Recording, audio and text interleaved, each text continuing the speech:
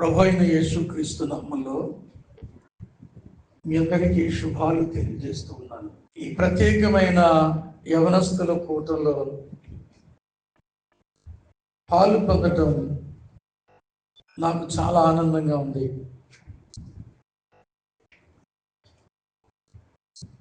యవనస్తులు ఎవరు అనే ప్రశ్న మనం వేసుకుంటే మీరు ఎవరైనా చెప్తారు యవనస్తులు ఎవరంటే? Who is an young man, young woman? యవన కాలంలో ఉన్నారు వీళ్ళని చెప్పడానికి ఇతను యవనస్తుడు లేక ఈమె యవనస్తురాలు అని చెప్పదగిన వారు ఎవరు? యవనస్తులు అంటాం, యవనురాండ్రు అంటాం. చెప్పండి.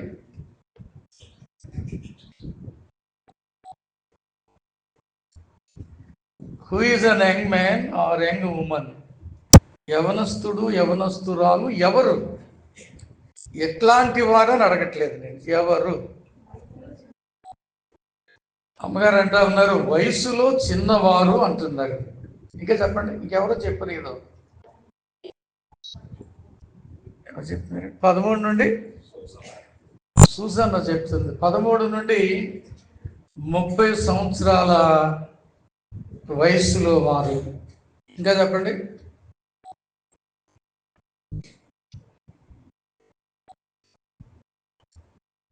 యాక్చువల్గా యవనస్తులు ఎవరు అంటే,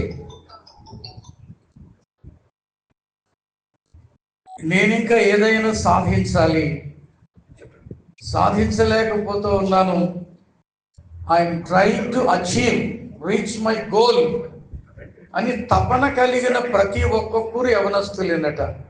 ఎవరండి? నేను ఇంకా ఏదో సాధించలేదు, ఫలానాది అనుకున్నాను, దానిని సాధించాలి, నేను I'm craving for it, I'm longing for it, దానికోసం ఆశ కలిగి తపన కలిగి ఎదురు చూస్తున్నాను, ప్రయత్నం చేస్తున్నానని నిత్యము ఆశ కలిగి పరిగెత్తే 99 సంవత్సరాల వయసు కలిగిన వాడైనా యవనస్తుడేనట. అంటే శరీరం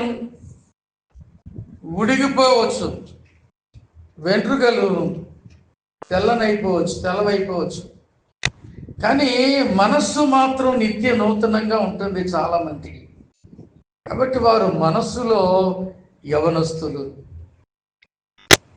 నాకు 62వ సంవత్సరం, వయసులో బాగా పెద్దోండి, కానీ నాకు 62వ సంవత్సరం అని అనుకోను. నేను నాకు 22వ సంవత్సరం అని అనుకుంటాను. ఐఎమ్ జస్ట్ 22 అనుకుంటాను.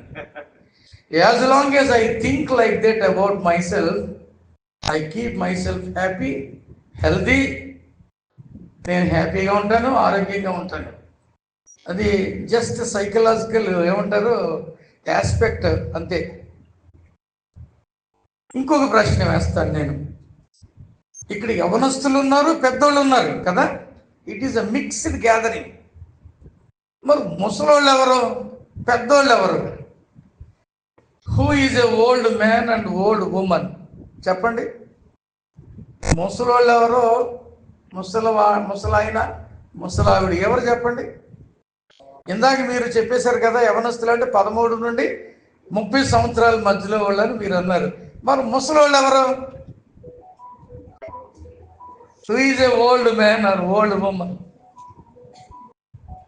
దానికి కూడా జవాబు చెప్పండి, ఏదో ఒక నంబర్ ఇవ్వండి.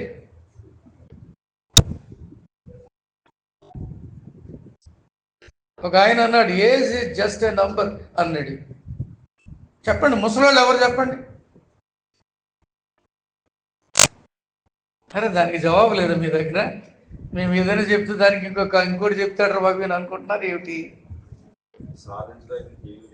సాధించడానికి ఇంకా ఏమీ లేదు అనుకున్న వాళ్ళు ముసలాళ్ళని బిషప్ తండ్రి గారు అంటున్నారు, చిరంజీవి రాజు గారు.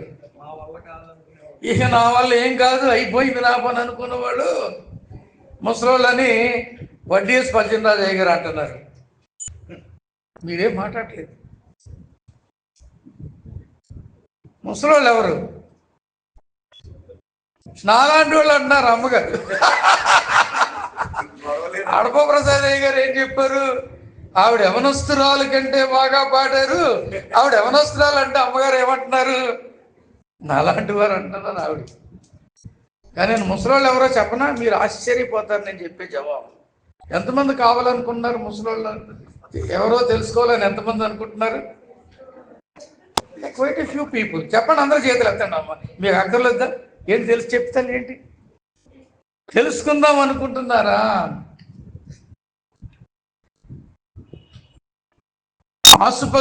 ఆసుపత్రికి ప్రార్థన చేయడానికి రమ్మని ఎవరైనా నన్ను పిలిచారని అనుకుందాం.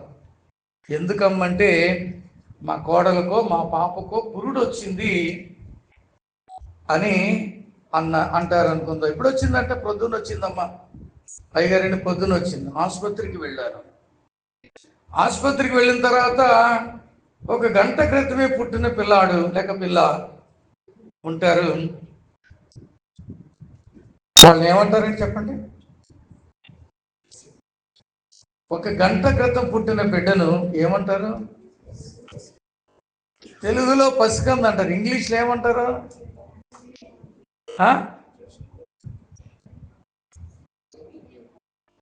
న్యూ బోర్న్, అయ్యగారు జస్ట్ బోర్న్.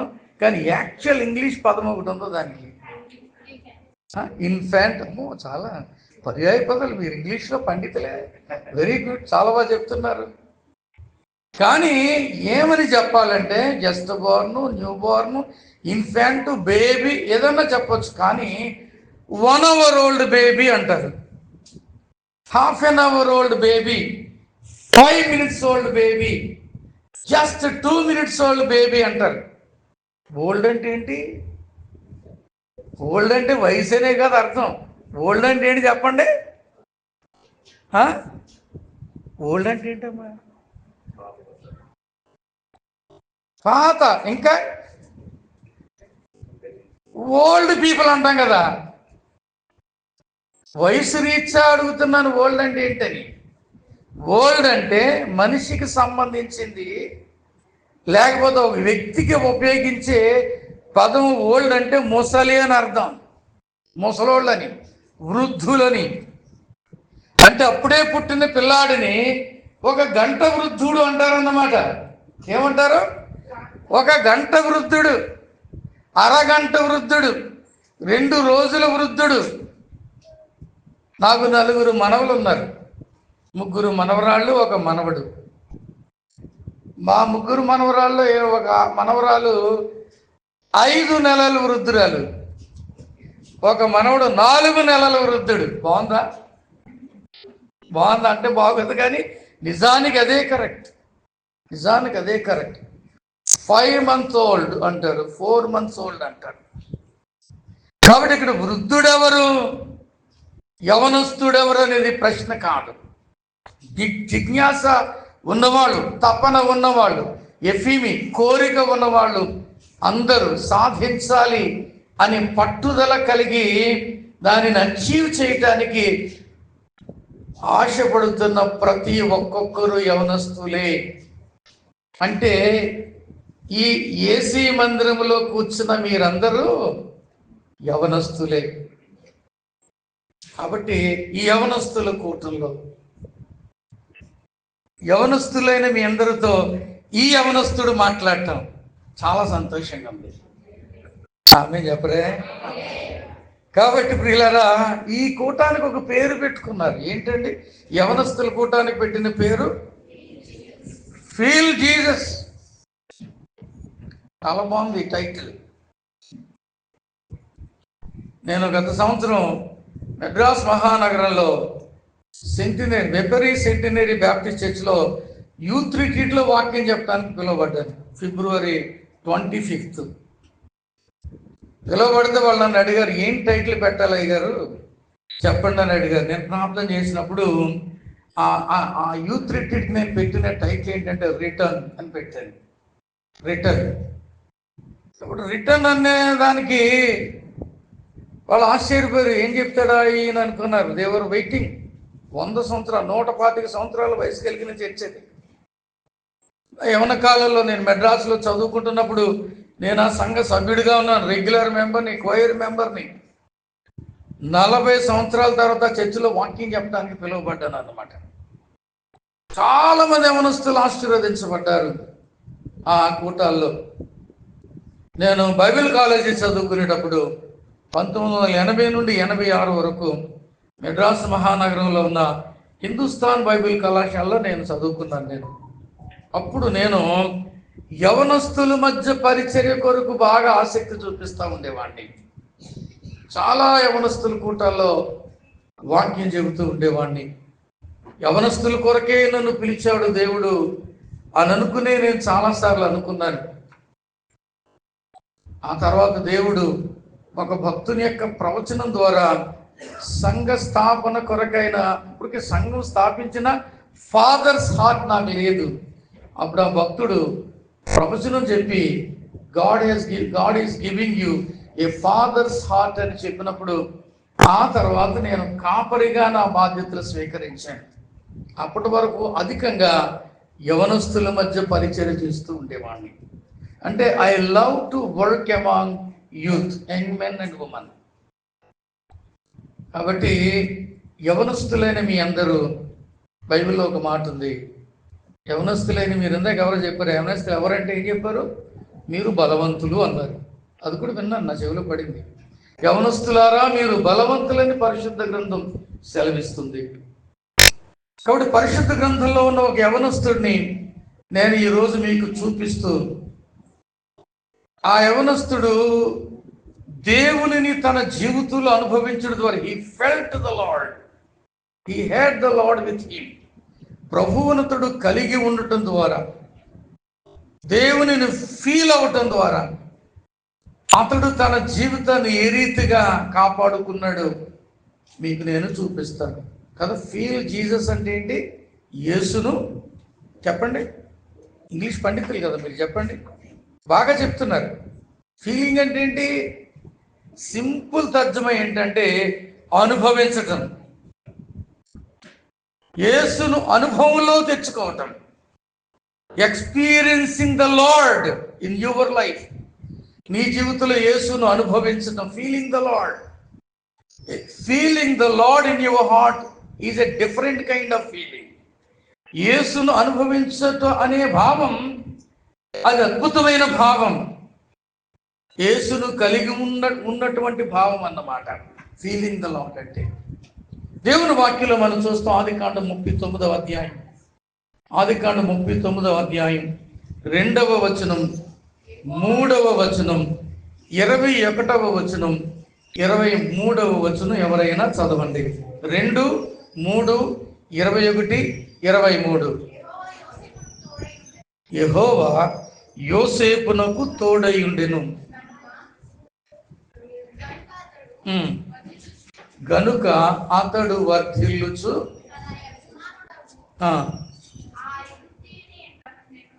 తన యజమానుడకు ఆ ఐగుప్తీయుని ఇంట ఉండెను. 3, యెహోవా అతనికి తోడై ఉండెనని, అతడు చేయనదంతా అతని చేతిలో యెహోవా సఫలము చేసేనని అతని యజమానుడు చూచాడు. చాలండి. ఆ తర్వాత 21, అయితే యెహోవా యోసేపునకు తోడై ఉండి, 23, యెహోవా అతనికి తోడై ఉండి. ఒక మాట 4 సార్లు పదే పదే కనపడుతుంది ఆదికాండం 39వ అధ్యాయంలో. ఏంట మాట? యెహోవా యోసేపునకు తోడై ఉండెను. The Lord was with Joseph. యోసేపుతో యెహోవా ఉన్నాడు తోడుగా. బైబిల్లో చాలా మంది యవనస్తులను గూర్చి దేవుడు రాయించి పెట్టాడు. దేవునికి మనుష్యులందరూ చాలా ఇష్టమే.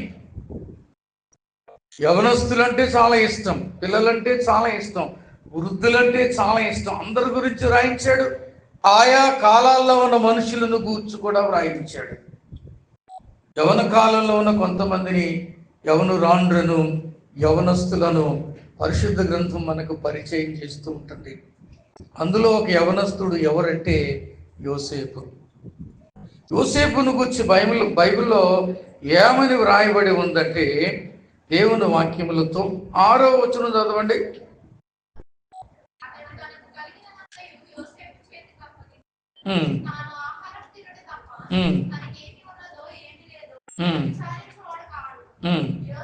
యోసేపు రూపవంతుడును సుందరుడునై ఉండెను. యోసేపు రూపవంతుడును సుందరుడునై ఉండెను. He was handsome, good looking అని ఉంటుందండి. He was handsome and fair looking, good looking boy, young man. అందంగా ఉన్నాడు, చూడముచ్చటగా ఉన్నాడు, ఆకర్షణీయంగా ఉన్నాడు యోసేపు. మనకు తెలుసు కదా, అందుకే యోసేపు యొక్క బ్యాక్గ్రౌండ్ ఎక్కువగా నేను వివరించడానికి ఇష్టపడలేదు. మనకు తెలుసు యోసేపు యాకోబు 11వ కుమారుడు. యోసేపు యాకోబుకు రాహేలుకు పుట్టిన మొదటి కుమారుడు. యోసేపుని యాకోబు చాలా ప్రేమించాడు. ఏం చేశాడు? ఒక విచిత్రమైన అంగీ కుట్టించి యోసేపుకి ఇచ్చాడు. దగ్గరే పెట్టుకునేవాడు. అన్నలందరూ కూడా, పైనున్న 10 మంది కూడా వారి యొక్క మందలను మేపుటకు వెళతా ఉంటే యోసేపు మాత్రము తండ్రి వద్దనే ఉండేవాడు. అతనితో పాటు బెన్యామీన్ అతని తమ్ముడు కూడా ఉండేవాడు. యోసేపు, ఈ యోసేపును గురించి మనం చూస్తే పరిశుద్ధ గ్రంథంలో 22 అద్భుతమైన లక్షణాలు కనపడతాయి. బైబిల్ గ్రంథంలో మనం చూస్తే 37 నుండి యోసేపు చరిత్ర ప్రారంభమవుతుంది. ఆ 22 విషయాలు నేను చెప్పను, కానీ ఈ 39వ అధ్యాయంలో ఉన్న విషయాలే కొన్ని విషయాలు నేను మీకు తెలియజేయడానికి ఇష్టపడతా ఉన్నాను. యోసేపు అంటే ఆయన ఎక్కువ చేయును అని అర్థం. ద లార్డ్ ఇంక్రీజెత్ అని అర్థం. ఆయన ఎక్కువ చేయును. యోసేపు తల్లికి పిల్లలు లేరు చాలా కాలం. She was desperately waiting to beget children. పిల్లల కనాలని చాలా ఆసక్తిగా ఎదురు చూస్తుంది. It was her desperate need అన్నమాట.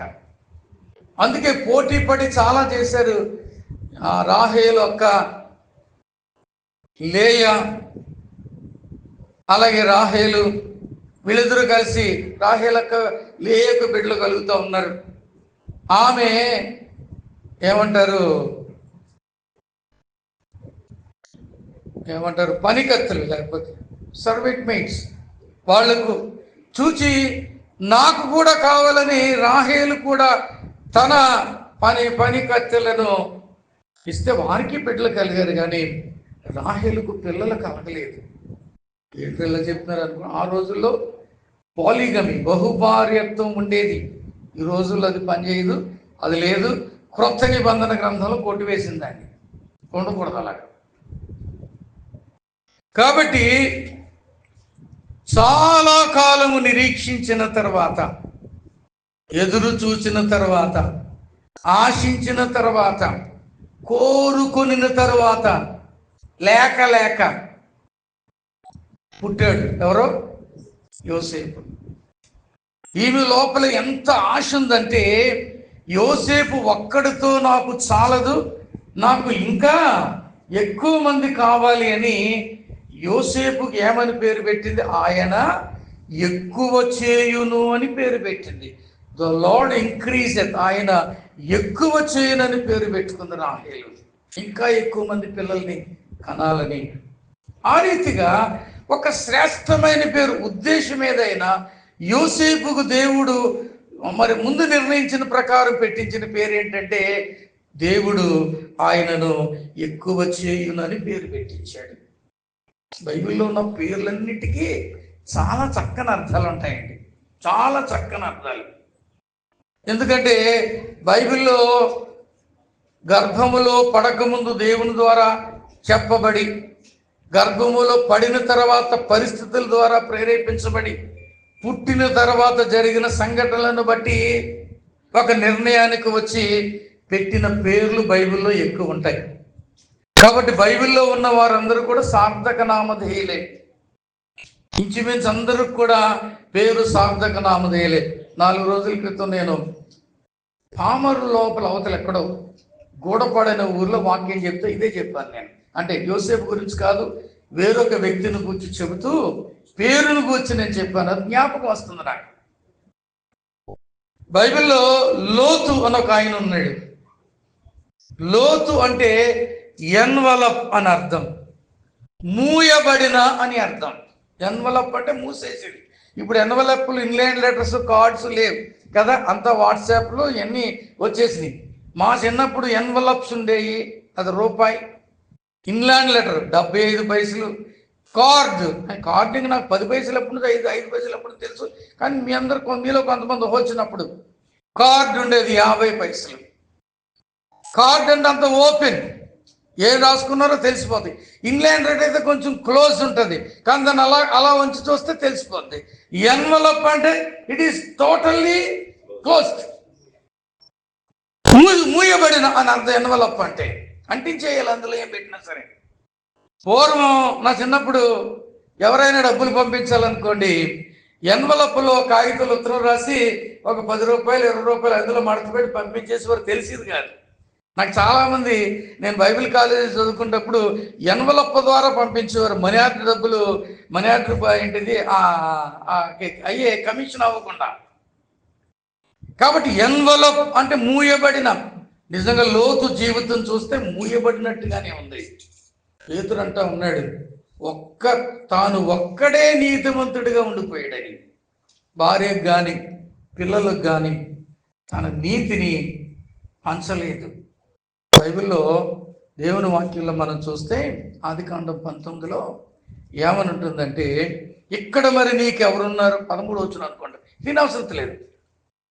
నీ అల్లుని అంటే పెండ్లైన కూతురుంది, నీ కుమారులను, ఒకళ్ళకంటే ఎక్కువ మంది కుమారులు ఉన్నారు, నీ కుమార్తెలను, అక్కడ రాశాడు 2 కుమార్తెలని, నీకు కలిగి ఉన్న వారిని అంటే కుమార్తెలు పెండ్లాడటానికి ఇష్టపడి ఇంటి చుట్టూ అల్లుల్లో తిరుగుతున్న వారు ఇంకా చేస్తా ఇంతమంది వారిని తీసుకుని నువ్వు బయటకు రమ్మన్నారు. దేవుడు చెప్తే తలకాయ లోతు ఏం చేశాడంటే, బయటికి వెళ్ళి తన కుమార్తెలను పెండ్లాడనయ్యున్న తన అల్లుళ్ళతో మాటలాడి లెండి అని చెప్పాడు. అంటే దేవుడు ఏది చెప్పలేదో అది చేశాడు. లోతు మూసేసుకున్నాడు. పెళ్ళైన కూతురికి చెప్పలేడు, అల్లుడికి చెప్పలేడు, కొడుకులకి చెప్పలేడు, పెళ్లి కాని కుమార్తెలకు చెప్పలేడు. కానీ కుమార్తెల మోజులో అల్లుళ్ళకి చెప్పగలడు కాబట్టి వాళ్ళతో మాట్లాడాడు. మూయబడిన వాడు తన ఫ్యామిలీకి చెప్పుకోలేడు. ఈ వాజ్ క్లోజ్డ్. ఎన్వలప్. బైబిల్లో న్యాయాధిపతుల గ్రంథంలో ఒక ఆయన ఉన్నాడు, యెఫ్తా. యెఫ్తా కూడా ఒక యవనస్తుడు గురించి వ్రాయబడిన స్టోరీ. 11 అధ్యాయం అంతా మనం చదువుకుంటే చాలా శ్రేష్టమైన భాగం అది. చాలా యవనస్తుల కూటాలు యెఫ్తా గురించి చెప్పాను నేను. యెఫ్తా అంటే తెరవబడిన అని అర్థం, ఓపెన్ అని అర్థం. ఓపెన్, తెరువబడిన. నిజంగా యెఫ్తా తెరువబడిన వాడుగానే ఉన్నాడు. తన జీవితం ఒక తెరచిన పుస్తకంగా ఉంది. దేవునికి అర్పణ చేసుకున్నాడు. యుద్ధానికి వెళ్ళేటప్పుడు, జయించి నేను తిరిగి వస్తే ఎవరు ఎదురైతే వారిని నీకు అర్పించేస్తానన్నాడు. పాపం తండ్రి జయించి వస్తున్నాడని ఒక్కగానొక్క కూతురు నాట్యం చేసుకుంటూ ఎదురైంది. ఆయన తన బట్టలు చింపుకొని ఏడ్చాడు. అయితే దేవునితో చేసిన వాగ్దానాన్ని మాత్రం వెనక్కి తీసుకోలేదు. కుమార్తెతో చెప్పాడు, దేవునికి నేను బలి ఇచ్చేస్తానమ్మా, అర్పణగా ఇచ్చేస్తాను అంటే ఆమె కూడా తండ్రి మాటను కాదనలేదు. తండ్రి మాటకు లోబడిన మనస్తున్నాలు లోబడింది. దేవుడితో చెప్పినట్టుగా తన కుమార్తెను దేవునికి సమర్పించేశాడు. అంటే పేరుకు తగ్గట్టుగా జీవితాలు ఉంటాయి. యోసేపు కూడా పేరుకు తగ్గట్టుగానే ఉన్నాడు. His beginning was so small, కానీ the way he was increased in his life, అతని జీవితంలో అభివృద్ధి చెందిన విధానం గనక మనం చూస్తే చాలా ఉన్నతమైన స్థితికి వెళ్ళే విధానం చూస్తే నిజంగా ఆయన ఎక్కువ చేయును అన్న మాట సరిగ్గా సరిపోయిందన్నమాట. ఈ యోసేపు మనకు తెలుసు, అన్నలో తనని అమ్మివేశారు. ఈ వృత్తాంతం అంతా 37 అధ్యాయంలో మనం చూస్తాం. ఆదికాండం. అమ్మివేశారు, కలలు కనువాడ అన్నారు, పగపట్టారు, మరి పగపట్టారు, మరింత పగపట్టారని 37లో చూస్తాం. పగపట్టారు, మరి పగపట్టారు, మరింత పగపట్టారు. చివరికి అతను అమ్మేశారు, గుంట్లో పడేసి చంపేద్దాం అనుకున్నారు. కానీ వాళ్ళ పెద్దన్నయ్య రూబేన్ అది చేయటానికి వీల్లేదు అని అన్నప్పుడు ఐగుప్తు వ్యాపారస్తులకు అమ్మేశారు, వర్తకులకు. వాళ్ళు తీసుకెళ్ళి పోతీఫరుకు బహుమతిగా ఇచ్చారు యోసేపును. ఆ రీతిగా పోతీఫరు ఇంటిలో అడుగుపెట్టిన యవనస్తుడు.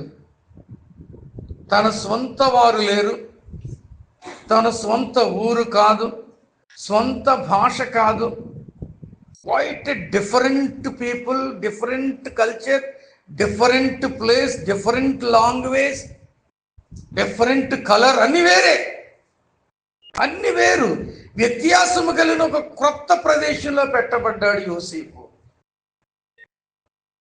ఆ క్రొత్త ప్రదేశంలో, క్రొత్త ఇంటిలో, క్రొత్త వారి మధ్య, కొత్త వాళ్ళ దగ్గర ఉన్న యోసేపుతో ఎవరున్నారండి?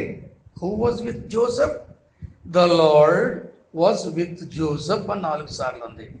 యెహోవా యోసేపుకు తోడై ఉండెను. తెలుగులో తోడై ఉండను అన్నాడు, కానీ ఇంగ్లీష్ బైబిల్లో the Lord was with Joseph అని ఉంటుందండి. యోసేపుకు యెహోవా తోడుగా ఉన్నాడు. అంటే యోసేపుకు దేవునితో ఏముంది? సంబంధం ఉంది, సాన్నిహిత్యం ఉంది, సఖ్యత ఉంది. ఆయనతో సంభాషణ చేస్తూ ఉండేవాడు అన్నమాట. గనుకని దేవుడు అతనికి తోడుగా ఉన్నాడు. యవన బిడ్డలైన వారులారా, దేవుని తోడును మీరు కోరుకునేవారుగా ఉండాలి. యోసేపుకు తోడై ఉన్న దేవుడు మీకు కూడా తోడై ఉంటాడు, మీకు కూడా తోడై ఉంటాడు. బైబిల్లో మనం ఒక 4-5 నెలలకు వెనక్కి వెళ్తే క్రిస్మస్ జరుపుకున్నాం. క్రిస్మస్లో పదే చెప్పుకునేవాళ్ళు ఏంటి? ఆయనకు ఇమ్మానుయేలు అని పేరు పెట్టబడును. మత్తయి 1:23-22. ఇమ్మానుయేలు అని పేరునకు భాషాంతరమున దేవుడు మనకు తోడు అని అర్థమని అయ్యగారు వాళ్ళు చెప్పగా మీరు వినే ఉంటారు. మత్తయి 28వ అధ్యాయంలో చివరిని అంటా ఉన్నాడు, యేసు ప్రభువారు పరలోకానికి ఆరోహణ మీ ముందు, ఇదిగో నేను సదాకాలము మీతో కూడా ఉన్నాను అన్నాడు. దేవుడు మనతో ఉండటానికి ఇష్టపడువాడు. ఒక వ్యక్తి మనతో ఉన్నప్పుడు వీ కెన్ ఫీల్ దెమ్, వారి ప్రజెన్స్ను మనం అనుభవించగలం. వారి ప్రజెన్స్ను మనం తెలుసుకోగలం కదా. దేవుడు నాతో ఉన్నాడు అనే ఆ యొక్క అనుభూతి మనకు కలుగుతుంది. కొంతమంది ఆ యొక్క అనుభవాన్ని జీవితంలో ప్రతిక్షణం కలిగిన వారుగా ఉంటారు. అలాగూ ప్రతిక్షణం దేవునితో అనుభవాన్ని కలిగి ఉన్నవాడు ఎవరు అంటే యోసేపు. Every moment of his life he was feeling the Lord in his life. తన జీవితంలో ప్రతి క్షణం దేవునిని కలిగిన వాడుగా ఉండి ఆయనను అనుభవపూర్వకంగా తెలుసుకుంటూ ఉన్నాడు యోసేపు. చూడండి 7వ వచనం నుండి 9వ వచనం కనుక మనం చూస్తే చదవండి.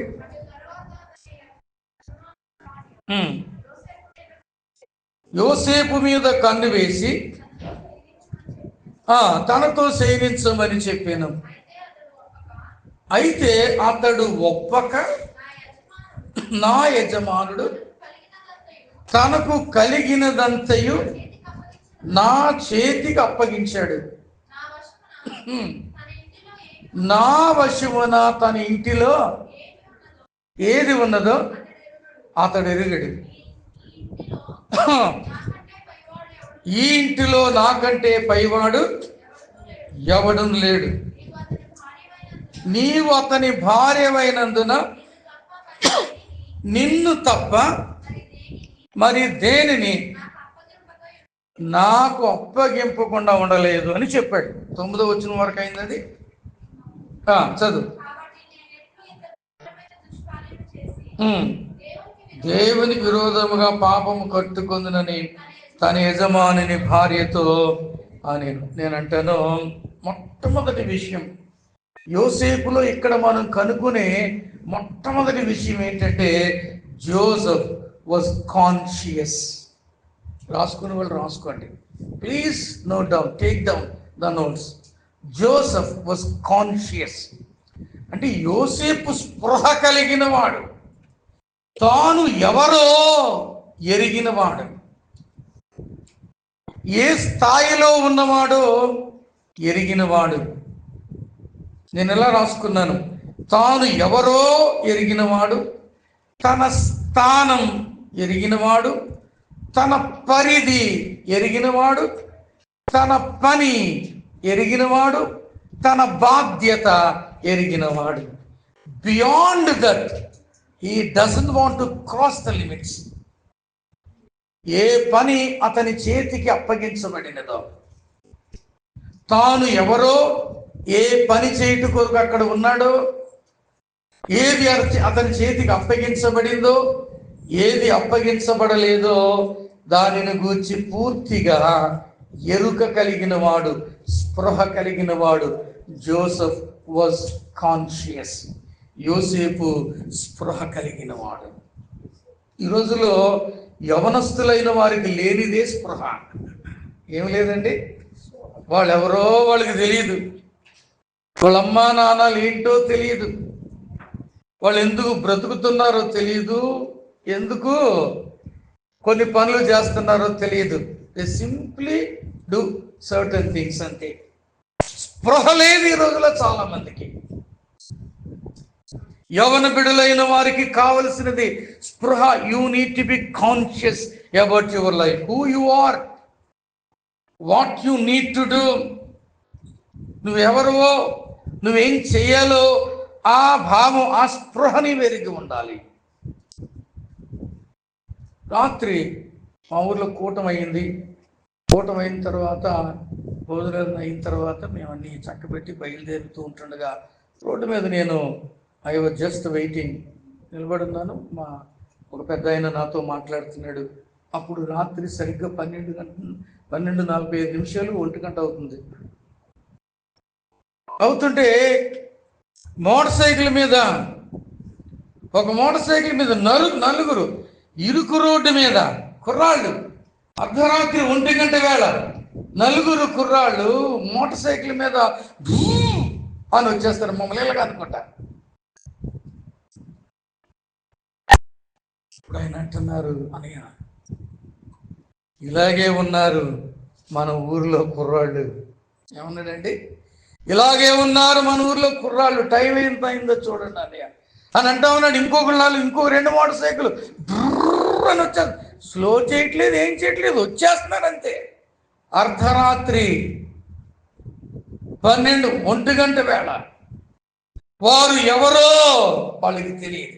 ఆ ఊర్లో స్వార్థ వచ్చి 154 సంవత్సరాలు అయ్యింది. ప్రపంచంలో అత్యంత బలంగా వాడబడిన దైవజనులందరూ ఆ గ్రామంలో సువార్త సేవ చేశాడు. బలమైన సేవకులు కొన్ని 100 మంది. అంత సువార్తను, వాక్యమును ఎరిగిన ఆ గ్రామంలో కొంతమంది యవనస్తులకు ఏమి లేదు, స్పృహ లేదు. ఎప్పుడైనా నువ్వు ఆలోచించావా? నువ్వెవరువో నిన్ను గూర్చి నువ్వు ఆలోచించావా? సహోదరుడు, సహోదరి, తమ్ముడు, చెల్లి, నీవెవరు? Think about yourself, who you are. నీవెవరవు ఆలోచించు. నువ్వెవరు అంటే నన్ను పాపని, లేక నీ బాబుని అనొచ్చు, నువ్వు నేను అమ్మాయిని, లేక నేను అబ్బాయిని, అది కాదు. యాక్చువల్గా who you are, who you ought to be. నువ్వెవరు, నువ్వు ఎలా ఉండాలి? ఎరిగిన వ్యక్తిగా ఉన్నావా నీవు?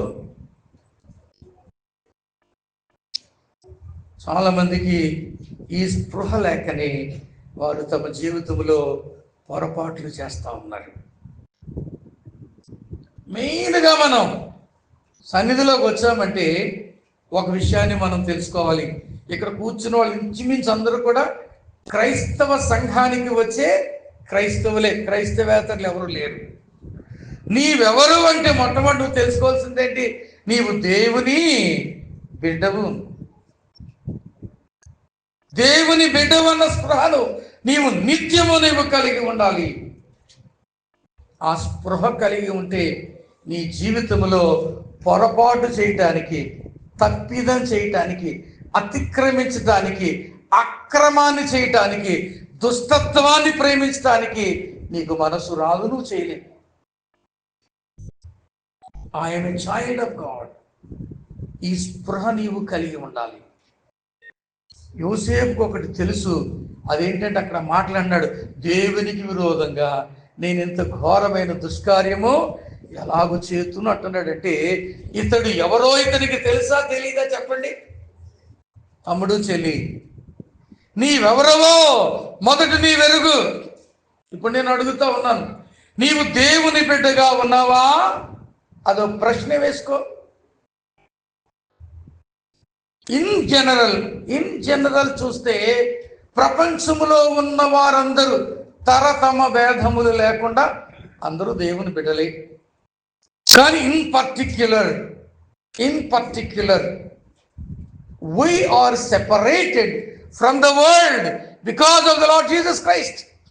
ప్రభు అయిన యేసు క్రీస్తు వలన మనం ప్రత్యేకించబడి ఆయనకు మనం దత్తపుత్రులముగా ప్రియమైన బిడ్డలంగా తయారయ్యాం. ఆయన రక్తములో కడగబడి. నీకు ఆ భాగ్యం ఉందా తమ్ముడు, చెల్లి? నీవెవరో నీకు తెలుసా? దేవుని బిడ్డవుగా నీ ఉన్నావా? నీ జీవితాన్ని దేవునికి ఇచ్చావా? ప్రభువైన యేసుక్రీస్తును రక్షకునిగా అంగీకరించావా? నిన్ను రక్షించుట కొరకు ఆయన 2000 సంవత్సరముల క్రితము శిలువపై మేకులకు దిగగొట్టబడి ఆకాశమునకు భూమికి మధ్య ప్రేలాడి తన పరిశుద్ధమైన రక్తాన్ని చిందించి గొప్ప రక్షణ భాగ్యాన్ని నీ కొరకు తీసుకొచ్చారని, నీ స్థానంలో నీకు బదులుగా ఆయన ఈ మరణాన్ని పొంది నిన్ను రక్షించారని నువ్వు గుర్తించావా? గుర్తిస్తే గనక నీవు ఆయన బిడ్డగా మారకుండా ఉండలేవు. ఆయన బిడ్డగా గనక మారితే నీవు దేవుని బిడ్డగా స్పృహ కలిగిన వ్యక్తిగా ఉండాలి. I'm a child of God. దేవుని బిడ్డను, నేను దేవుని బిడ్డను అనే స్థితి. నేను ఎవరు అంటే you must be able to tell I'm a child of God. నీవెవరు అని అడిగితే ఏమని చెప్పాలి? నేను దేవుని బిడ్డను అని చెప్పగలవా? చెప్పగలిగే స్థాయికి మనము దేవుని బిడ్డలుగా ఉండుట కొరకు మన జీవితమును దేవునికి సమర్పిద్దాం. Let us all become the children of God. దేవుని పిల్లలవుదాం. బైబిల్లో ఒక మాట ఉంది, తను ఎందరు అంగీకరించిరో వారందరికీ ఆయన దేవుని పిల్లలగుటకు ఆయన అధికారం ఇచ్చాడు. యేసుక్రీస్తుని అంగీకరిస్తే, if you simply just accept the lord, కేవలం ఎంత సింపుల్ అంటే యేసుక్రీస్తును నువ్వు అంగీకరిస్తే చాలు, no sooner you will become a child of God. దేవుని బిడ్డవైపోతావు. అంత తేలిక. తను ఎందరు అంగీకరిస్తారో వారందరికీ ఆయన పిల్లల అధికారం ఆయన ఇచ్చేసాడు. మరి నీవు ఆయన బిడ్డవుగా ఉండటానికి ఈరోజు నీ జీవితాన్ని ఆయనకి సమర్పిస్తావా? ఆలోచించే తమ్ముడు, చెల్లి, సహోదరుడు, సహోదరి. ఇప్పుడు నువ్వు చెప్పాలి, నీవెవరవు అంటే ఏమని చెప్పాలి? నేను దేవుని బిడ్డను అని చెప్పాలి.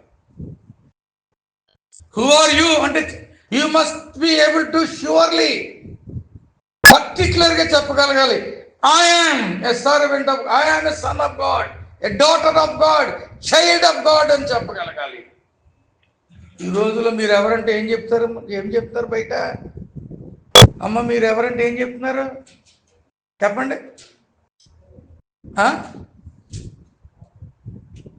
ఇప్పుడు మీరు ఎవరంటే ఏం చెప్పారు ఇంతవరకు?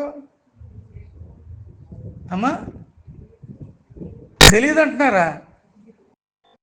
గట్టిగా చెప్పండి అమ్మా.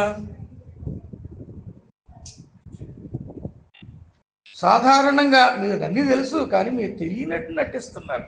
మహా తెలివైన వాళ్ళు, మామూలు వాళ్ళు ఏం కాదు. నాకు తెలీదా ఈ ప్రాంతం ఎలాంటిదో?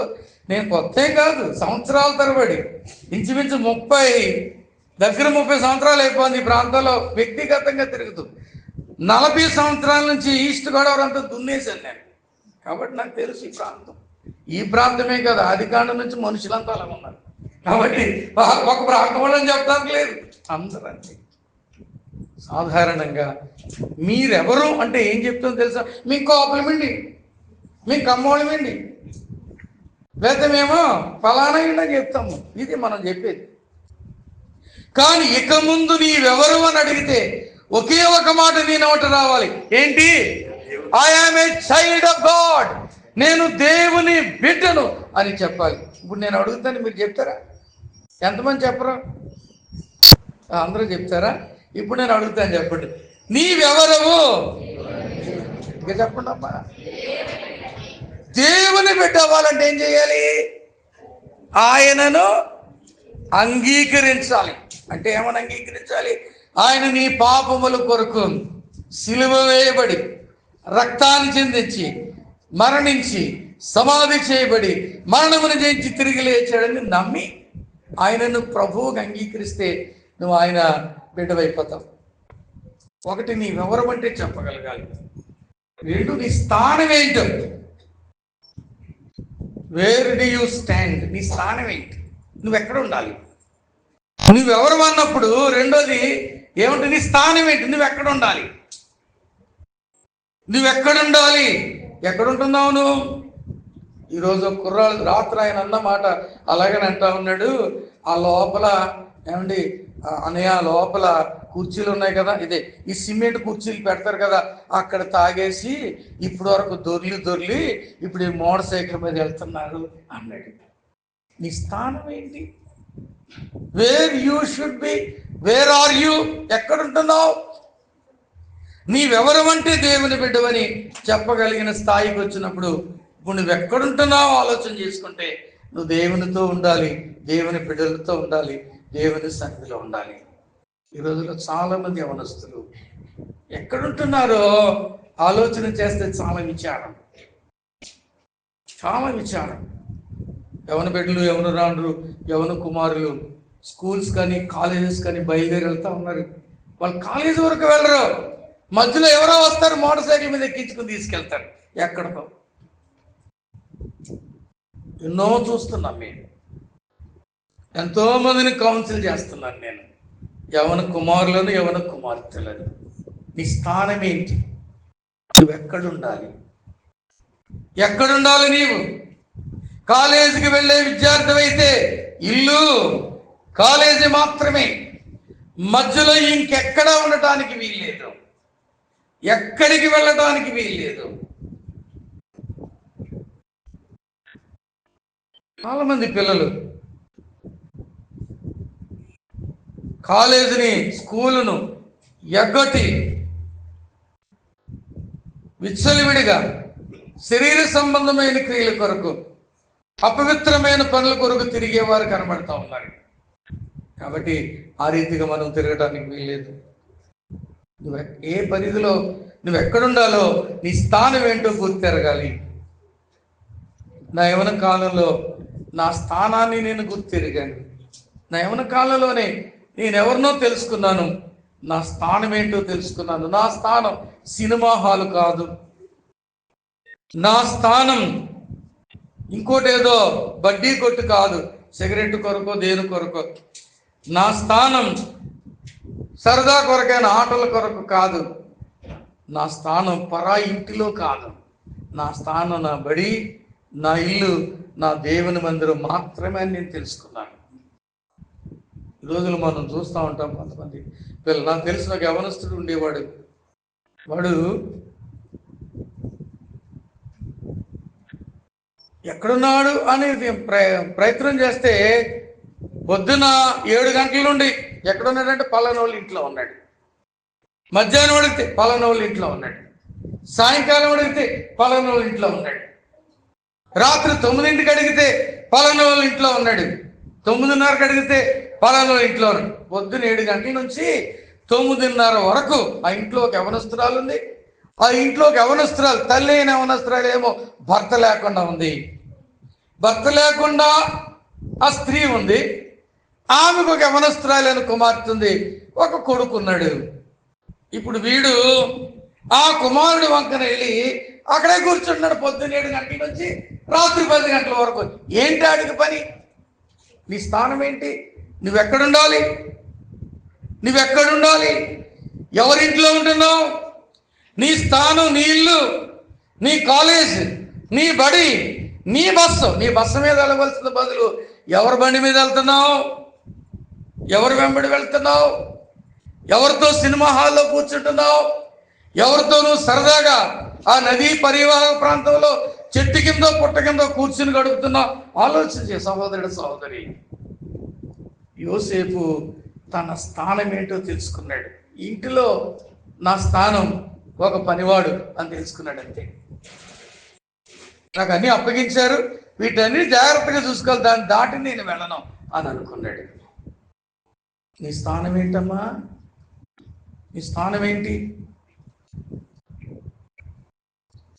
ఈ రోజులో కుర్రాళ్ళు, అమ్మాయిలు, అబ్బాయిలు మీరు ఎక్కడికి వెళ్తారో తెలియదు, కానీ మా ప్రాంతంలో వాళ్ళందరూ కూడా పేరుపాలెం అంటే బయలుదేరి వెళ్ళిపోతున్నారు. ఎక్కడికంటే పేరుపాలెం. వాళ్ళ అమ్మోళ్ళు అనుకుంటారు మా పాప, మా బాబు ఎక్కడికి వెళ్ళాడు? కాలేజీకి వెళ్ళారు అనుకుంటారు. కానీ వీళ్ళు ఎక్కడికి వెళ్తున్నారండి? పేరుపాలెం వెళ్తున్నారు. అమ్మోళ్ళకి కాలేజ్ అని చెప్పి ఇంకో చోటకి వెళ్ళావంటే నువ్వు నీ స్థానాన్ని తప్పుతున్నావు అన్నమాట. జాగ్రత్త. ఈరోజు నీ దేవుడు నీతోనే మాట్లాడుతున్నాడు. నీ ప్రయాణం బస్సులో వెళ్ళాలి.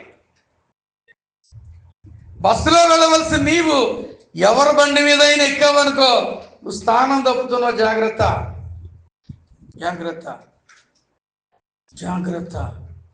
ఎవరితోటో మాట్లాడుతున్నాడు దేవుడు.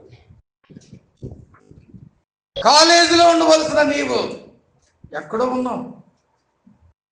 You are staying with your friend or friends, maybe in a room or in a hotel. జాగ్రత్త. ఒక గదిలోనో, ఒక హోటల్ రూమ్లోనో, ఒక రెస్టారెంట్లోనో, ఎక్కడో నువ్వు గడుపుతున్నావు.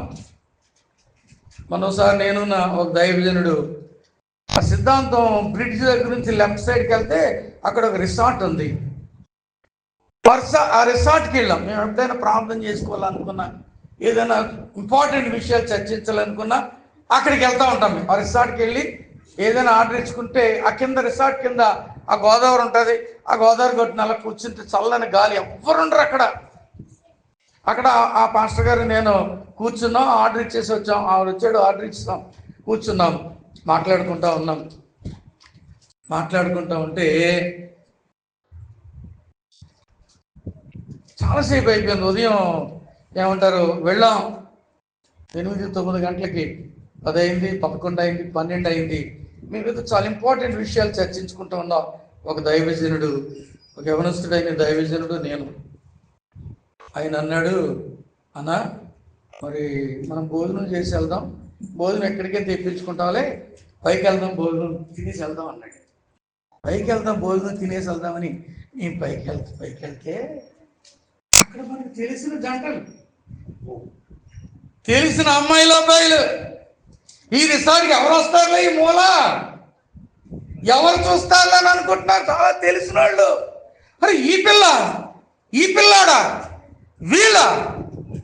జాగ్రత్త. నీ స్థానం ఏంటి? నువ్వు ఎక్కడుండాలి? ఎక్కడుంటున్నావు? ఆలోచన చెయ్యి. యోసేపు ఎక్కడ ఉండవలసినాడు అక్కడే ఉన్నాడు. పోతీఫర్ ఇంట్లో ఏం దాటి వెళ్ళిపోలేదు. ఈ న్యూ హిస్ ప్లేస్. తనెవరో తనకు తెలుసు, తన స్థానం ఏంటో తనకు తెలుసు. మూడవది, తన పరిధి ఏంటో తనకు తెలుసు. పరిధి అంటే ఏంటి? ఈ స్థలం వరకే తనకు అప్పగించారు, అదేంటో అతనికి తెలుసు. దాన్ని దాటి నాకేం తెలియదండి. నాకు అప్పగించినండి పలానా, నువ్వు అతని భార్య అయినందున నిన్ను తప్ప అన్ని నాకు ఇచ్చాడు. ఆయన తెలియకుండా ఏమీ లేదు. తన పరిధి, నీ పరిధి నీకు తెలుసా? చుట్టూ నువ్వు ఒక గీత గీసుకుని ఇక్కడ మాత్రమే నేను యాక్ట్ చేయాలి, బియాండ్ దట్ నేను వెళ్ళకూడదు అనే పరిధి నీ వెరుగుదువా? తమ్ముడు చెల్లి ఆలోచన చేద్దాం. పరిధి, ఒక పరిధిని మనం ఏర్పాటు చేసుకుందాం. కాబట్టి ఏం చెప్తున్నారు? నీ పరిధిని నువ్వు వెరుగుండాలి. నీ చుట్టూ ఒక గీత గీసుకున్నావా? దాటి వెళ్ళొద్దు, జాగ్రత్త, దాటి వెళ్ళొద్దు. నేను మెడ్రాస్లో చదువుకునేటప్పుడు మా కాలేజీ విద్యార్థులకు ఒక పరిధి పెట్టాడు. Don't go beyond Kellys corner అని పెట్టాడు. కెల్లీస్ కార్నర్ దాటి వెళితే మాకు ఫైన్. 3-4 సార్లు దాటి వెళ్తే you are suspended or dismissed, అంతే. కెల్లీస్ కార్నరు ఊరిస్తూ ఉండేది మమ్మల్ని. దాటి వెళ్తే మెడ్రాస్ మహానగరం, అందాలు, రంగులు, హంగులు, రుచులు చాలా ఉంటాయి. కానీ మా కాలేజీలో ఏం పెట్టారు తెలుసా? Don't go beyond Kellys corner. Kellys corner దాటి వెళ్ళాలంటే you need to take permission. అది టైం పెడితే టైంలో వచ్చేయాలి. నీ జీవితానికి ఒక పరిధి పెట్టుకో, నీ చుట్టూ ఒక గీత గీసుకో. ఇది మాత్రమే నేను చేస్తాను, ఇది చెయ్యను. ఇది మాత్రమే నేను చూస్తాను, ఇది చూడను. ఇది మాత్రమే సేవిస్తాను, ఇది సేవించను. ఇది మాత్రమే మాట్లాడతాను, ఇది మాట్లాడను. ఇక్కడికి మాత్రమే వెళ్తాను, అక్కడికి వెళ్ళను. వీరితో మాత్రమే ఉంటాను, వారితో ఉండను.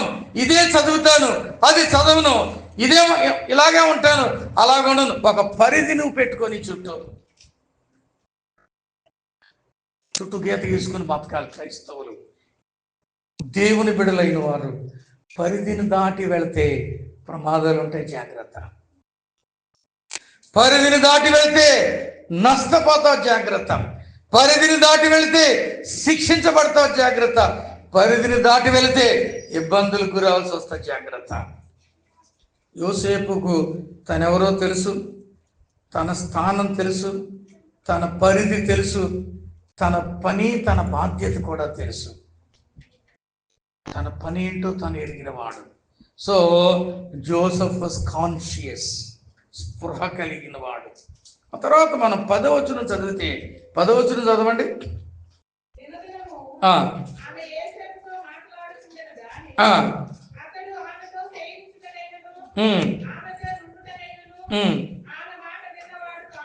నేనంటాను, రోజు శోధించబడుతున్నాడు. He often was tempted by a woman, the masters of the building, that house. అస్తమానం, దినదినము, మాటికి, నిత్యము, నిరంతరము, ఎల్లప్పుడు చెప్పుకుంటానికి పోడు పదాలనే శోధిస్తూనే ఉంది. కానీ యోసేపు గురించి మనం చూస్తే 2వ మాట ఏంటో తెలుసా? Joseph was consistent. మొట్టమొదటి ఏంటి చెప్పండి? Joseph was conscious. 2వది జోసెఫ్ వాస్ కన్సిస్టెంట్. కన్సిస్టెంట్ అంటే, కాన్షియస్ అంటే స్థిరత్వము కలిగిన వాడు. కన్సిస్టెంట్ అంటే ఏంటో తెలుసా? కాన్షియస్ అంటే స్పృహ కలిగిన వాడు. కన్సిస్టెంట్ అంటే ఏంటో తెలుసా? స్థిరత్వం కలిగిన వాడు. He was unmoved. ఎవరు కదిలించలేరు యోసేపుని.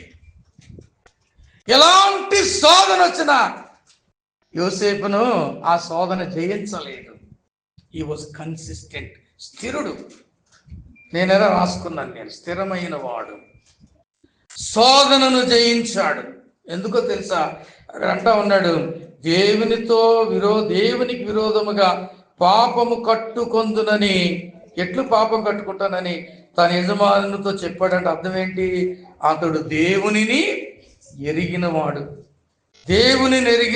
ఒకటి, జోసెఫ్ వాస్ కన్సిస్టెంట్ బికాస్, మెయిన్గా చెప్పాలంటే ఎందుకు యోసేపు ఏమంటారు కాన్షియస్గా ఉన్నాడు, ఎందుకు యోసేపు కన్సిస్టెంట్గా ఉన్నాడంటే, యోసేపు దేవునిని ఏమంటాడు? కలిగినవాడు. The Lord was Joseph.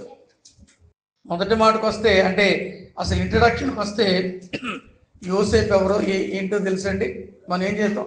Feel Jesus, దేవునిని అనుభవపూర్వకంగా తెలుసుకున్నవాడు యోసేపు. కాబట్టి కాన్షియస్గా ఉన్నాడు, స్పృహ కలిగి ఉన్నాడు, కన్సిస్టెంట్గా ఉన్నాడు, స్థిరుడుగా ఉన్నాడు. ఎంత శోధించబడినా కదల్చబడలేదు. యవనస్తురాండ్రు, యవన బిడ్డలు ఇక్కడ ఉన్నారు.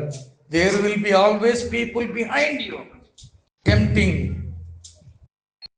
శోధించే వాళ్ళు నీ వెనకాల వస్తూనే ఉంటారు, శోధిస్తూనే ఉంటారు.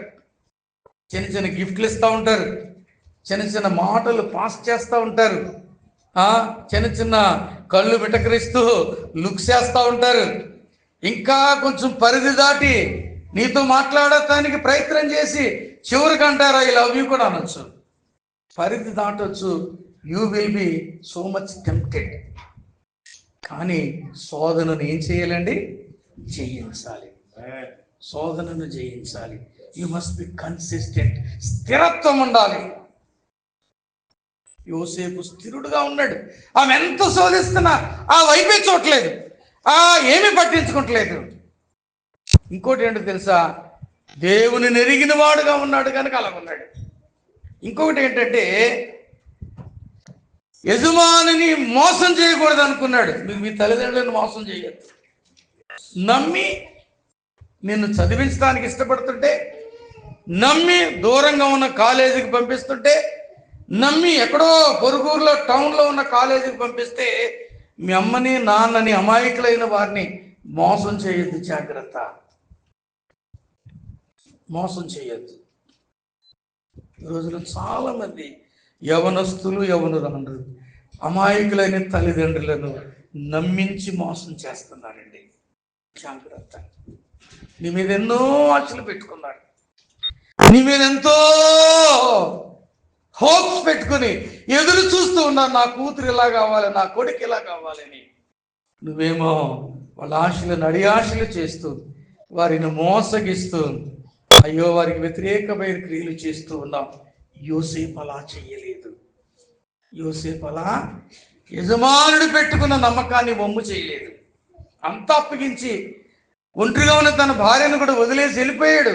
తన పని, తన ఉద్యోగానికి వెళ్ళిపోతుంటే ఒంటరిగా ఉన్నా, శోధించబడుతూ ఉన్నా, కంటిన్యూస్గా శోధించబడుతూ ఉన్నా, అతడు తన యజమానుని మాత్రం ఏం చేయలేదు? మోసగించలేదు. నేను నమ్మే కదా ఈ ఊరు దాటించి వేరే ఊర్లో, వేరే పట్టణంలో మీ అమ్మ మీ నాన్న నిన్ను చదివిస్తున్నారమ్మా, తమ్ముడు నిన్ను నమ్మే కదా నా అబ్బాయి, మా కొడుకు ఇలా ఉంటాడు, మా కూతురు ఇలా ఉంటుంది, పర్వాలేదులే చాలా బాగుంటుందని నిన్ను నమ్మి నీ గురించి పట్టించుకోకుండా దూర ప్రాంతంలో పంపించారు. మీ అమ్మని మీ నాన్నని మోసం చేస్తున్నారు. వారు కళ్ళు కప్పి వారికి తెలియకుండా మోసం చేస్తుంటే ఈరోజు దేవుడు నీతోనే మాట్లాడుతూ ఉన్నాడు. నిన్నే సరిచేయాలనుకుంటూ ఉన్నాడు, నిన్నే బాగు చేయాలనుకుంటూ ఉన్నాడు, నీకు మేలు చేయాలనుకుంటూ ఉన్నాడు. జాగ్రత్త. నిన్ను నమ్మిన వాళ్ళని మోసం చేయొద్దు. యోసేపు మోసం చేయలేదు, ఎందుకంటే అతడు స్థిరత్వం కలిగిన వాడు కనుక. తద్వారా దేవుణ్ణి కనపరిచాడు. మూడవదిగా చూస్తే 11-12 చదవండి. నేను పని మీద ఇంటి లోపలికి వెళ్ళినప్పుడు ఇంటి మనుషులలో ఎవరునూ అక్కడ లేరు. అప్పుడు ఆమె అతని వస్త్రము పట్టుకొని తనతో శయనింపమని చెప్పగా అతడు తన వస్త్రమును ఆమె చేతిలో విడిచిపెట్టి తప్పించుకుని బయటకు పారిపోయాను. నేనంటాను, 1 జోసెఫ్ వాజ్ కాన్షియస్, స్పృహ కలిగిన వాడు. 2 జోసెఫ్ వాజ్ కన్సిస్టెంట్, యోసేపు స్థిరుడు. 3 జోసెఫ్ వాజ్ కేర్ఫుల్, జాగ్రత్త కలిగిన వాడు. యోసేపు ఎలాంటి వాడండి?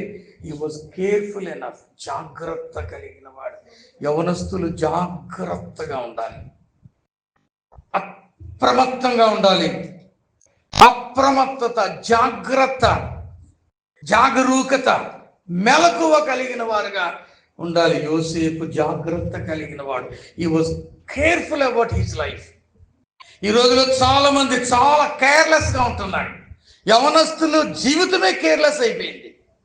అందుకే వాడు ఎంత స్పీడ్ వెళ్తున్నాడో వాడికి లెక్కలేదు, వాడు ఏం త్రాగుతున్నాడో వాడికి లెక్కలేదు, వాడు ఏం తింటున్నాడో వాడికి లెక్కలేదు, వాడు ఏం నవ్వులుతున్నాడో వాడికి లెక్కలేదు, వాడు ఏం పీలుస్తున్నాడో కాలుస్తున్నాడో వాడికి లెక్కలేదు. కేర్లెస్. చాలా మంది అంటారు నేను చాలా కేర్లెస్గా ఉన్నానండి అని చెప్పుకుంటున్నారు ఈ రోజులో. అది పెద్ద గొప్ప అనుకుంటారు. ఐ డోంట్ కేర్ ఎనీథింగ్ అంటారు. ఏమన్నారండి, దాన్ని కొన్ని పాలిష్డ్గా చెప్తున్నారు. I least bother about the things అన్నాడు ఒక అతను కుర్రాడు. I don't care. Why should I care? సరే, నువ్వు కేర్ చేయకపోతే, if you least bother the things, పరిస్థితులను పెద్దగా పట్టించుకోకపోతే, you will be surely in trouble. శ్రమలో, నష్టములో, ప్రాణాపాయములో నీ జీవితాన్ని నెట్టి వేసుకుంటాం. జాగ్రత్త. You must be very careful. జాగ్రత్తగా ఉండాలి, జాగ్రత్తగా ఉండాలి. నేను ఎలా రాసుకున్నాను, యోసేపు సంభాషణల్లో జాగ్రత్తగా ఉన్నాడు. ఆమెతో మాట్లాడటానికి కూడా ఇష్టపడలేదు. సంభాషణల్లో జాగ్రత్తగా ఉన్నాడు. అందరితో నేను చాలా కలివిడిగా ఉంటాను. No no no no no no no no కలివిడిగా ఉండొద్దు. దానికి పెట్టుకున్న పేరేంటి తెలుసా? నేను చాలా సోషల్ అండి. ఏంటి? నువ్వు చాలా సోషల్ అండి. జాగ్రత్త, నువ్వు సోషల్గా ఉన్నావు కానీ సైన్స్ మాత్రం రానివద్దు మధ్యలోకి. ఏమి రానివ్వకూడదు? సైన్స్ రానివద్దు, నష్టపోతావు. చాలా మంది సోషల్గా ప్రారంభించి సైన్స్లో దిగిపోతున్నారు, నాశనం అయిపోతున్నారు, శరీరాన్ని పాడు చేసుకుంటున్నారు. ముఖ్యంగా ఎవరు తమ కన్యాత్వాన్ని కోల్పోతున్నారు. తర్వాత ఏడుస్తున్నారు, బాదుకొని గుండు బాదుకుని బెంగ పెట్టుకుని ఏడుస్తే ఏంటి ప్రయోజనం? ఇప్పుడే జాగ్రత్తగా కాపాడుకో నీ జీవితాన్ని, నీ శరీరాన్ని, నీ అవయవాల్ని, నీ నోటిని, నీ చేతుల్ని, నీ పాదములను, నీ జీవితాన్ని జాగ్రత్తగా కాపాడుకో. ఆ కాపాడుకుంటానికి మొట్టమొదటి ఎక్కడ మొదలెట్టాలి తెలుసా? మాటలో. మాటలు కలుపుతారు, జాగ్రత్త. కలపనేవో దేవుని మాటలో. సంభాషణలో జాగ్రత్తగా ఉన్నాడు యోసేపు. సరదాల్లో జాగ్రత్తగా ఉన్నాడు. దేంట్లోనండి? సరదాగా గడుపుదాం అనుకోలేదు ఆమెతో. దినదినము శోధిస్తూ ఉన్నా సరదా పడలేదు, ముచ్చట పడలేదు. మనకు కొన్ని చాలా సరదాగా ఉంటాయి, భలే ఇష్టంగా ఉంటాయి. ఈ లోకంలో చాలా ఇష్టాలు ఉంటాయి మనుషులకి, కానీ వాటిని వదులుకున్నప్పుడే, వాటిని త్యాగం చేసినప్పుడే మొత్తది. సరదాల్లో జాగ్రత్తగా ఉన్నాడు. తర్వాత సంబంధాల్లో కూడా జాగ్రత్తగా ఉన్నాడు. ఆమెతో ఏ విధమైన సంబంధం పెట్టుకోలేదు. ఉన్న ఒకే ఒక సంబంధం ఏంటో తెలుసా? ఆమె యజమానురాలు, నేను వాళ్ళ దాసుని, అంతే తప్ప beyond that he did not want to have any kind of extra relation. వేరే సంబంధం పెట్టుకోవాలని అతడు అనుకోలేదు.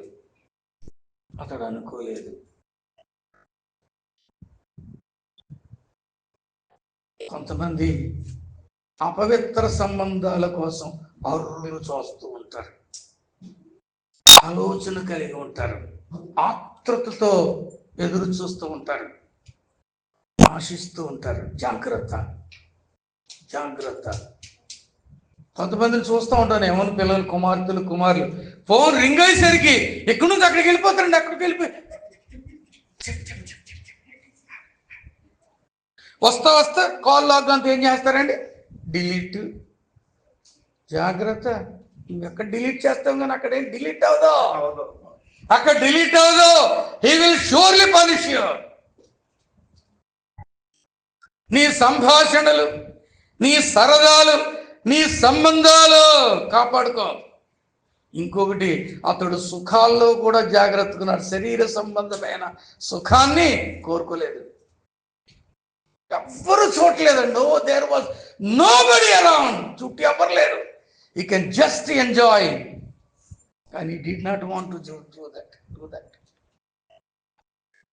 గమనస్తుడే, బలమున్నవాడే, సమస్తము సామర్థ్యత కలిగిన వాడే, కానీ తాను సుఖాన్ని కోరుకోలేదు. సుఖం అంటే ఏంటి మీకు తెలుసా? లైంగిక సంబంధమైన వ్యాధులు వచ్చినాయి అనుకోండి, ఆ వ్యాధులను ఏమంటారండి? సుఖ వ్యాధులు అంటారు. లైంగిక సంబంధమైన వ్యాధులు, వ్యభిచార సంబంధంగా వచ్చే వ్యాధుల్ని సుఖ వ్యాధులు అంటారు.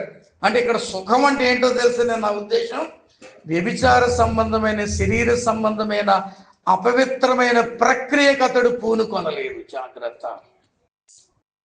ప్రాముఖ్యంగా ఈ రోజులో యవనస్తులు, ఎక్కువ మంది యవనస్తులు కోటాల్లో నా దగ్గరకు వచ్చి నాతో మాట్లాడు యవనస్తురాళ్లే. ఏడుస్తూ వచ్చి మాట్లాడుతూ ఉంటారు, అయ్యో నా కన్యాత్వాన్ని పోగొట్టుకున్నాను, ఐ లాస్ట్ మై వర్జినిటీ, అయ్యో I had a long relation with a boy, finally he deceived me. జాగ్రత్త యవ్వన కుమార్తెలారా, పోగొట్టుకుంటే మరలా తిరిగి రాదు. జాగ్రత్త, జాగ్రత్త. సుఖాన్ని కోరుకోవద్దు, సుఖాన్ని కోరుకోవద్దు. సుఖం విషయంలో, సంభాషణ విషయంలో, సంబంధాల్లో, సరదాల్లో అతడు కేర్ఫుల్గా ఉన్నాడు. నేను ముగింపులోకి వస్తున్నాను. ఒకటి, జోసెఫ్ వాజ్ కాన్షియస్, అంటే స్పృహ కలిగిన వాడు. జోసెఫ్ వాజ్ కన్సిస్టెంట్, స్థిరుడు. జోసెఫ్ వాజ్ కేర్ఫుల్, జాగ్రత్త కలిగిన వాడు. 4, జోసెఫ్ వాజ్ కామ్, మౌనంగా ఉన్నాడు, మౌనంగా ఉన్నాడు. తిరగబడలేదు, ఏమీ మాట్లాడలేదు. ఈ వాజ్ కామ్. ఈ రోజుల్లో పిల్లలు మౌనంగా ఉంటారండి, మూసుకుని కూర్చుంటారా? అరుస్తూనే ఉంటారు. అమ్మ మీద అరుస్తారు, నాన్న మీద అరుస్తారు, కేకలు, బొబ్బలు, పెడబొబ్బలు, అరుపులు. ముఖ్యంగా ఆడపిల్లలు అమ్మని చాలా లోపు చేస్తారు. మూసుకో. ఒకసారి ఒక అమ్మాయి అంటున్నాడు అమ్మని, మూసుకో. మూసుకోవాలా? ఏంటి మూసుకుంటావు? ఏంటి మూసుకుంటాం? ఎవరు? నువ్వు మూసుకోవాలి, వాళ్ళు కాదు. ఉన్నారు ఈ రోజుల్లో పిల్లలు అలాగే. ఏం తెలుసు నీకు అంటుంది ఒక అమ్మాయి. ఇలా మీటింగ్లకు వెళ్తాం కదండి, ఎవరో ఒకరు గది ఇస్తారు మాకు.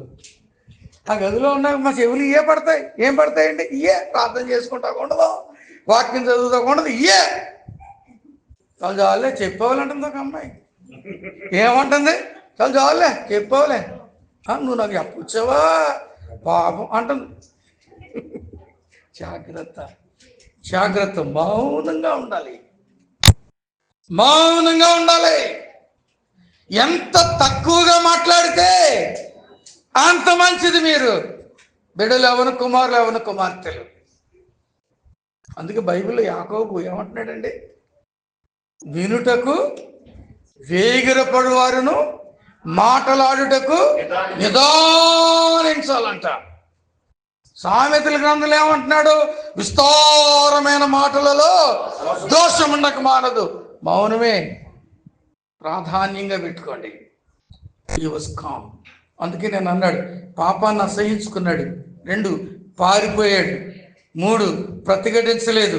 4, పట్టుకుని తీసుకెళ్ళిపోతుంటే పల్లెత్తి మాట అనలేదు. ఏమన్నాడండి? ఏం చేశాడు? పాపాన్ని అసహించుకున్నాడు. 2వది పారిపోయాడు, ప్రతిఘటించలేదు, అది గుడ్డ లాక్కుంటుంటే. 4వది అల్లరి చేసి, అయ్యో అల్లరి చేసేసి బాబాయ్ ఎలా చేసేసాడని తిరిగి అప్పగించేస్తుంటే ఏమీ మాట్లాడలేదు, పల్లెత్తి మాట అనలేదు. He never try to defend himself. Defend చేసుకుంటా కూడా ప్రయత్నం చేయలేదు. He just obeyed to what all happened. ఎందుకో తెలుసా? He knew that the Lord was with him. యెహోవా అతనికి తోడుగా ఉన్నాడని అతనికి తెలుసు గనుక అతడు ఏమీ మాట్లాడలేదు, మౌనంగా ఉన్నాడు. సహోదరుడు, సహోదరి, కాన్షియస్గా, స్పృహ కలిగి, కన్సిస్టెంట్గా, స్థిరత్వం కలిగి, కేర్ఫుల్గా, జాగ్రత్త కలిగి, కామ్గా, మౌనంగా ఉంటూ మన జీవితాన్ని ముందుకు మనం కొనసాగించుకోవాలి. 5, జోసెఫ్ వాజ్ కాన్ఫిడెంట్. అది 19:20లో మనం చూస్తాం. 4వది 13-16 వచనాల్లో మనం చూస్తాం. 5వది కాన్ఫిడెంట్, అంటే నిశ్చయత కలిగిన వాడు. 19:20లో ఏంటో తెలుసా? He was ready to face anything. తాను చేయని తప్పు కొరకు ఏదైనా ఎదుర్కొంటానికి సిద్ధంగా ఉన్నాడు. హీ వాజ్ కాన్ఫిడెంట్, నిశ్చయత కలిగిన వాడు. ఈ రోజులో చాలా మందికి కాన్ఫిడెన్స్ లేదండి. ముఖ్యంగా కుర్రోళ్ళకి, అమ్మాయిలకి కాన్ఫిడెన్స్ లెవెల్స్ ఏమైపోతున్నాయండి? పడిపోతున్నాయి. కాన్ఫిడెన్స్ లెవెల్స్ పడిపోతున్నాయి. కొంతమంది అంటారు, ఐ డోంట్ హ్యావ్ కాన్ఫిడెన్స్. లేదండి, నువ్వు స్థిరత్వం ఉంటే నిశ్చయత కూడా ఉంటుంది నీకు. You will be confident enough to receive, to expect what ever you need. ఏదైతే అనుకుంటున్నావో దానిని పొందడానికి నీవు కాన్ఫిడెన్స్ కలిగి ఉంటావు. కాన్ఫిడెన్స్ లెవెల్ తెచ్చుకోవాలంటే దేవుడు నీతోనే ఉండాలి. దేవుని ద్వారా మాత్రమే సాధ్యం. టైం లేదు కాబట్టి నేను ముందుకెళ్ళిపోతున్నాను. 6వది కరేజియస్. నుంచి మనం కొన్ని వచనాలు మనం చూసుకుంటాం. 21 కూడా. ధైర్యం కలిగిన వాడు, హీ వాజ్ కరేజియస్. 1 కాన్షియస్, స్పృహ కలిగిన వాడు. 2 కన్సిస్టెంట్, స్థిరమైన వాడు. 4 కేర్ఫుల్, జాగ్రత్త కలిగిన వాడు. 4 కామ్, మౌనంగా ఉన్నవాడు. 5 కాన్ఫిడెంట్, నిశ్చయత కలిగిన వాడు. 6 కరేజియస్, ధైర్యం కలిగిన వాడు. యోసేపు చెరసాల్లో పడేసిన కృంగిపోలేదు, ఏడవలేదు, బాధపడలేదు. అక్కడ అన్ని పనులు చేసేస్తుంటే చెరసాలు వెళ్ళిపోతే ఏం చేశాడు? పనులంతా అతను పట్టించుకుంటూ మానేసి అక్కడ పనులనే ఇతనికి అప్పగించాడు. అక్కడ ధైర్యంగా ఉన్నాడు. ఇన్ని పరిస్థితి ఎదుర్కొంటే కృంగిపోతాం. మనం ఏమైపోతామండి? కృంగిపోతాం. నిరాశ, నిస్పృహ. ఇది ఎక్కడికి తీసుకెళ్ళిపోతుందో తెలుసండి? చాలా మందికి డిప్రెషన్లో తీసుకెళ్ళిపోతుంది. ఈరోజు కొంచెం మంది యవనస్తులు కదలేస్తే ఏమంటున్నారండి? I'm depressed.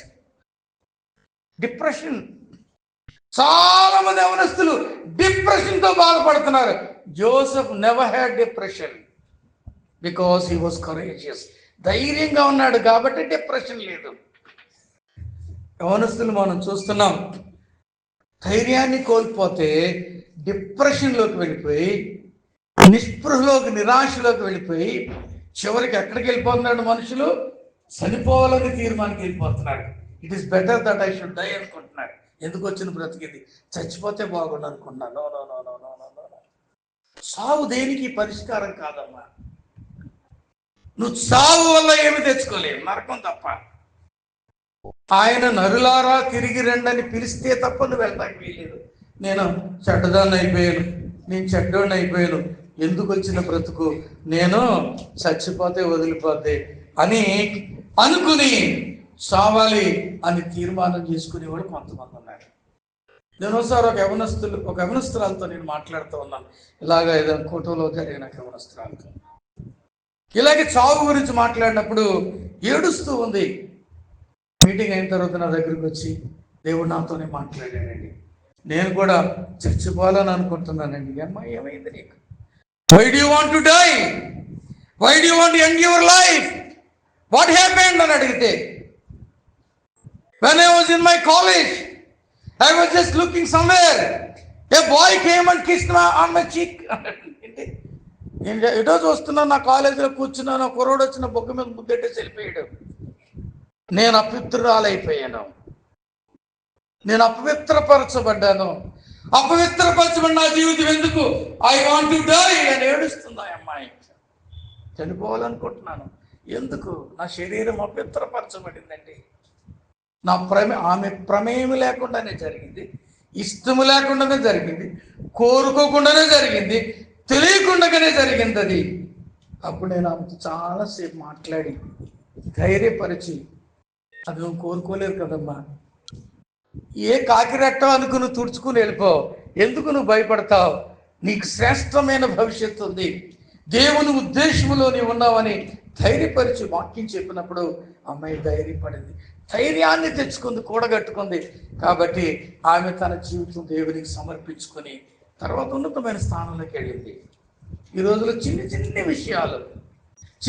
విషయాలకు మనుషులు ఏమనుకుంటారండి?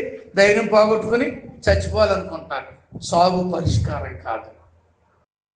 సావును సజీవుని యెహోవా క్రియలు వివరిస్తానని భక్తుడు చెప్పినట్టుగా సావును కోరుకోవద్దు. ముగింపులోకి వస్తున్నాను.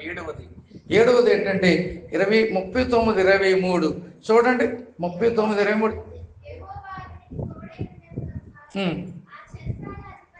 ఆ చెరసాల అధిపతి అతని చేతికి అప్పగింప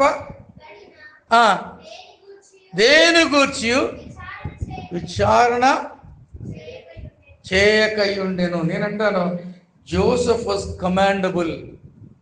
అంటే యోసేపు అధికారముగా లేదా ఘనత పొందాడు. అక్కడ చెరసాలలో సైతము ఘనత పొందుకున్నాడు, గుర్తింపు పొందుకున్నాడు.